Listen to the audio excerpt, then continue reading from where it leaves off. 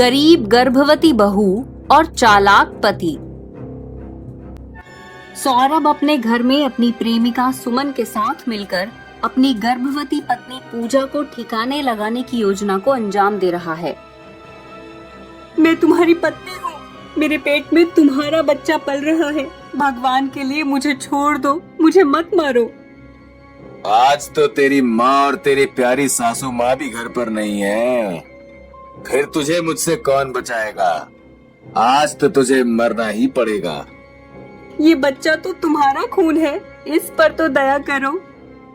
सौरभ जल्दी से काम करो, कोई आ गया तो खामखा फंस जाएंगे।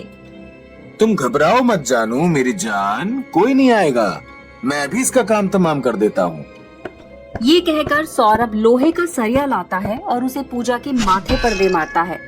तेजी से खून बहने लगता है और पूजा लहूलुहान होकर जमीन पर लुढ़क जाती है। मुझे मत मारो, मुझ गरीब को मत मारो, मुझे मेरे बच्चे की सूरत देखनी है, उसे जन्म देने दो। ये कहते कहते पूजा बेहोशी में समा जाती है। लो निकल गया कांटा, लगता है मर गई कमबख्त। देख तो लो, मर भी गई है, अभी जिंदा है। ना मरी होगी तो मर जाएगी। चलो इसे रेलवे ट्रैक पर फेंकाते हैं, वहाँ ट्रेन के नीचे कटकर तो मरी जाएगी और किसी को पता भी नहीं चलेगा कि इसे हमने मारा है। और सब यही समझेंगे कि इसने आत्महत्या कर ली है। एक साल पहले ही पूजा और सौरभ की शादी हुई थी। पूजा बहुत गरीब परिवार से थी, मगर रंग रूप और संस्कारों में लाखों लड़कियों से अमीर थी। इसलिए तो सौरभ की माँ सुषमा को पसंद आ गई थी और सौरभ के ना चाहते हुए भी उसने उनकी शादी करवा दी थी। माँ मुझे पूजा से शादी नहीं करनी है, मैं अपनी पसंद की लड़की से शादी करना चाहता हूँ। अगर जिद करेगा तो मेरी जायदाद से एक फूटी कौड़ी नहीं मिलेगी तुझे, समझा? पर क्यों माँ? क्योंकि पूजा जैसी लायक पत्नी तुझे चिराग लेकर ढूंढने से भी नहीं मिलेगी, इसलिए चुपचाप शादी कर ले। जायदाद हाथ से निकलते देखकर सौरभ पूजा से शादी करने पर मजबूर हो गया, मगर उसके दिमाग से सुमन की आशिकी का भूत नहीं उतरा। अब तुम्हारा मुझसे क्या वास्ता, तुमने तो शादी कर ली है। शादी तो मैं तुम्ही से करूंगा सुमन। तो फिर उस पूजा का क्या करोगे? अगर तुम साथ दोगी तो मैं मौका मिलते ही उसे हमारे रास्ते से हटा दूंगा। ये क्या कह रहे हो? कैसा हो सकता है? बिल्कुल हो सकता है। ये सुनकर सुमन कुटिलता से हंसते हुए बोलती है। तुम्हारी माँ का क्या करेंगे? वो तो उस पर अपनी जान छिड़कती है। तुम चिंता मत करो, वो भी मान जाएगी। सौरभ और सुमन दोनों ने बेहोश पूजा को कार में रखा और चुपके से रेलवे ट्रैक पर रखाए। अब तक तो भगवान के पास पहुंच चुकी होगी। भगवान बेचारी की आत्मा को शांति दे।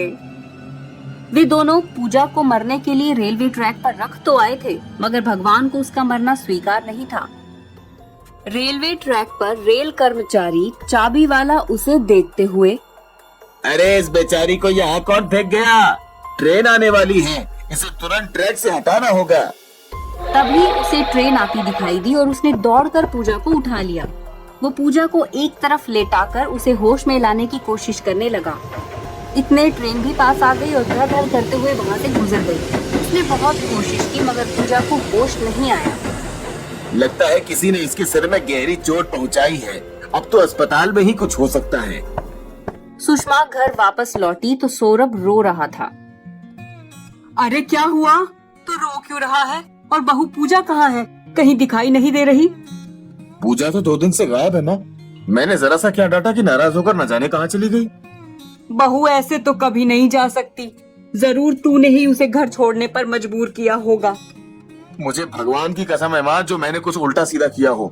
पूजा के इस तरह अचानक से गायब होने पर सुषमा को किसी अनहोनी का शक हुआ और वो गहरी चिंता में पड़ गई। तू कैसा पति है रे? तेरी गर्भवती पत्नी 2 दिन से घर से गायब है और तू उसे ढूंढने की बजाय घर में हाथ पर हाथ धरे बैठा है। क्या पुलिस में गुमशुदगी की रिपोर्ट लिखवाई? नहीं माँ। पर क्यों? क्योंकि मैं डर गया था कि कहीं पुलिस मुझ पर ही शक न करने लगे। अगर बहू को कुछ हो गया तो मैं तुझे कभी माफ नहीं करूंगी। ये कहकर सुषमा पुलिस थाने के लिए निकल ली, मगर जैसे ही उसकी कार शहर के बस स्टैंड से गुजरी तो अचानक उसकी नजर पूजा पर पड़ी। ड्राइवर ड्राइवर जल्दी से कार रोको।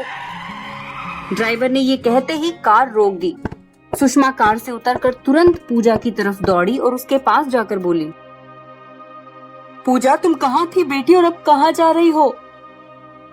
सुषमा को देखते ही पूजा फूट फूट कर रोने लगी और उस पर जो बीता सब सच सच बता दिया। सौरभ की इस करतूत पर सुषमा सन्न रह गई। मेरा बेटा इतना जालिम निकलेगा मैं सोच भी नहीं सकती थी। तूने उस निर्दयी और उस कमीनी सुमन को पुलिस में गिरफ्तार क्यों नहीं करवा दिया बेटी? मैं आपकी इज्जत खराब नहीं करना चाहती थी माँ जी, इसलिए इस जुल्म की कहानी को अपने सीने में दफन करके अपने मायके जा रही हूँ। नहीं बहू, ये नहीं हो सकता। तेरी ये माँ इतनी कमजोर नहीं कि अपनी बेटी को इंसाफ ना दिला सके। ये कहकर सुषमा अपनी बहू पूजा को लेकर अपने घर आ गई।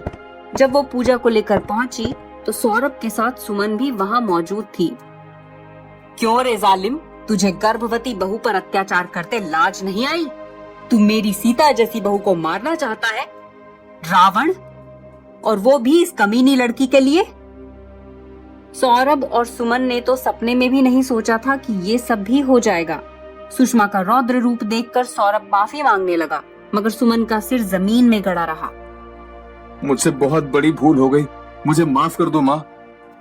जालिमों को माफ नहीं किया जाता, उन्हें तो दंड दिया जाता है, भले ही अपने खुद के पेट के जाए ही क्यों ना हो। ये कहते हुए सुषमा की आंखें छलक आई, मगर उसने खुद को पत्थर बना लिया और बोली, इंस्पेक्टर साहब, इन दोनों को गिरफ्तार कर लो और इन्हें कड़ी से कड़ी सजा दिलाना। सुषमा के ये कहते ही पुलिस उन्हें गिरफ्तार करके ले गई। अदालत ने उन्हें कठोर सजा सुनाई और फिर कुछ दिन बाद पूजा ने एक सुंदर से बच्चे को जन्म दिया। पोते का मुंह देखकर सुषमा ने बेटे को बिसरा दिया।